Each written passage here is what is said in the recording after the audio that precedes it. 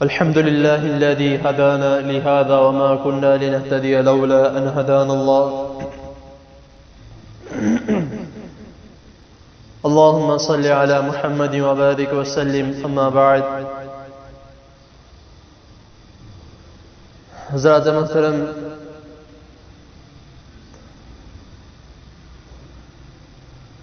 اللہ تعالیٰ کی توفیق سے نماز کے شرائط آپ کے سامنے بیان کیے جا رہے ہیں.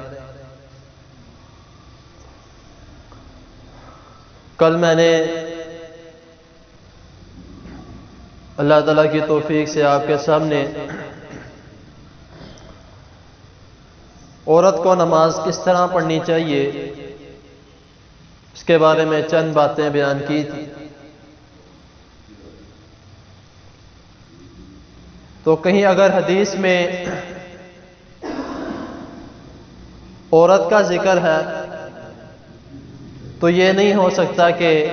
رسول اللہ صلی اللہ علیہ وسلم نے مرد کا ذکر نہ کیا ہو کہ مرد کو کس طرح نماز پڑھنی چاہیے. جیسے کہ میں نے کل بھی کہا تھا کہ نماز دونوں کی ایک جیسی ہے پڑھنے کے حساب سے، کہ جس طرح مرد کو حکم ہے اسی طرح عورت کو حکم ہے کہ ٹانگیں کتنی کھولنی ہے، کس طرح کھولنی ہے، اور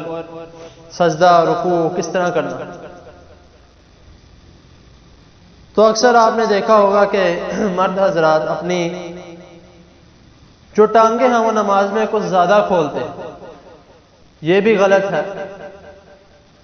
اور کچھ بالکل ہی کم کھولتے ہیں، یہ بھی غلط ہے.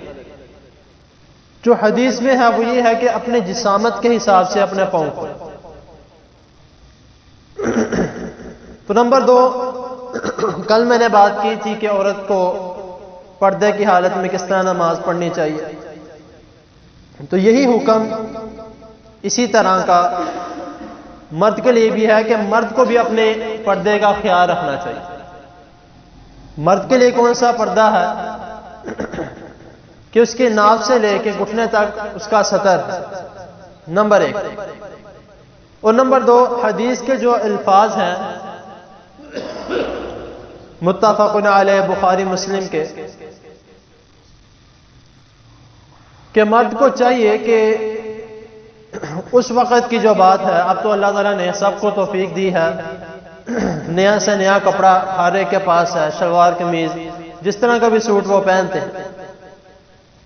تو تب صرف اور صرف چادریں ہوتی تھی اور چادروں سے ہی سارے گزارا کرتے تھے.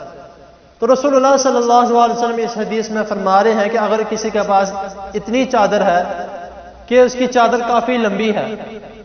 تو سب سے پہلے تو اپنا سطر بھی ڈھانپے اور اپنے کندھوں کے اوپر سے بھی چادر لے کر آئے، یعنی اپنے کندھوں کو بھی ڈھانپے. اگر کسی کے پاس اتنی چادر ہے کہ چھوٹی ہے، سب کچھ نہیں ڈھانپ سکتا، تو اس کو چاہیے کہ اپنا سب سے پہلے سطر لازمی ڈھانپے. تو اسی کو تھوڑا پوائنٹ لیتے ہیں کہ ہمارے سطر کے بارے میں آپ اکثر دیکھتے ہیں، معذرت کے ساتھ، جو لوگ پینٹ شرٹ پہنتے ہیں تو ان کے بارے میں اگر دیکھا جائے تو وہ اپنے سطر کا خیال نہیں رکھتے. رکوع میں جاتے ہیں یا سجدے میں جاتے ہیں، پیچھے سے ان کی پشت ننگی ہو رہی ہوتی ہے. اب ظاہر سی بات ہے، جب سطر ننگا ہو تو نماز کس طرح قبول ہو؟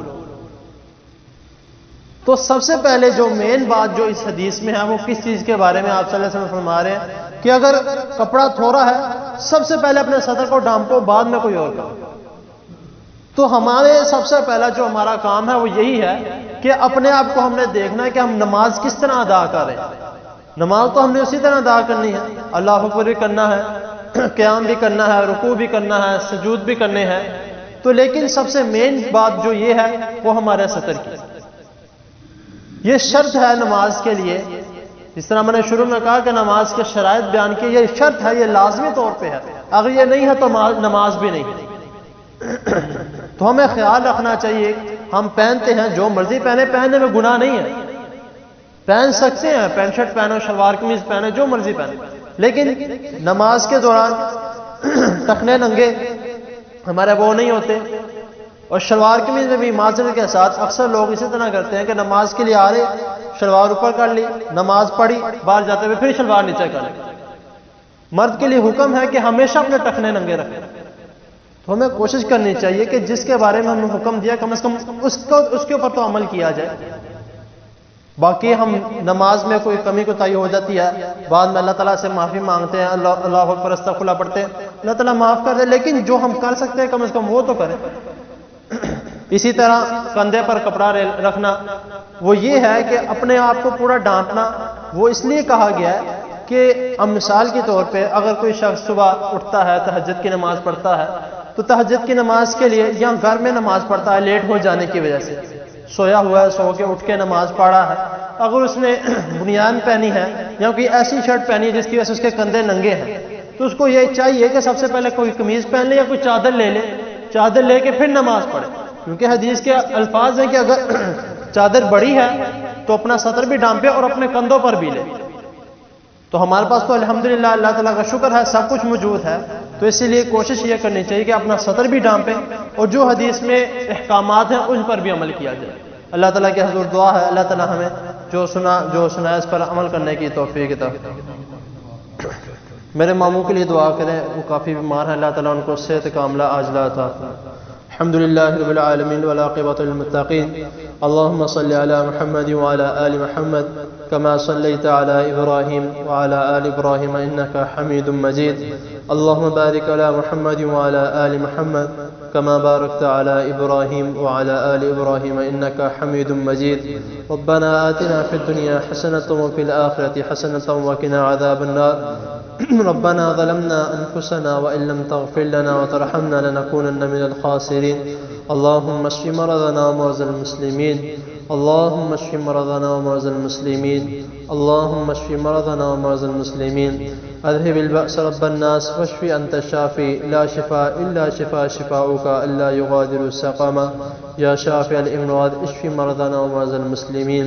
أسأل الله العظيم رب العرش العظيم أن يشفيك،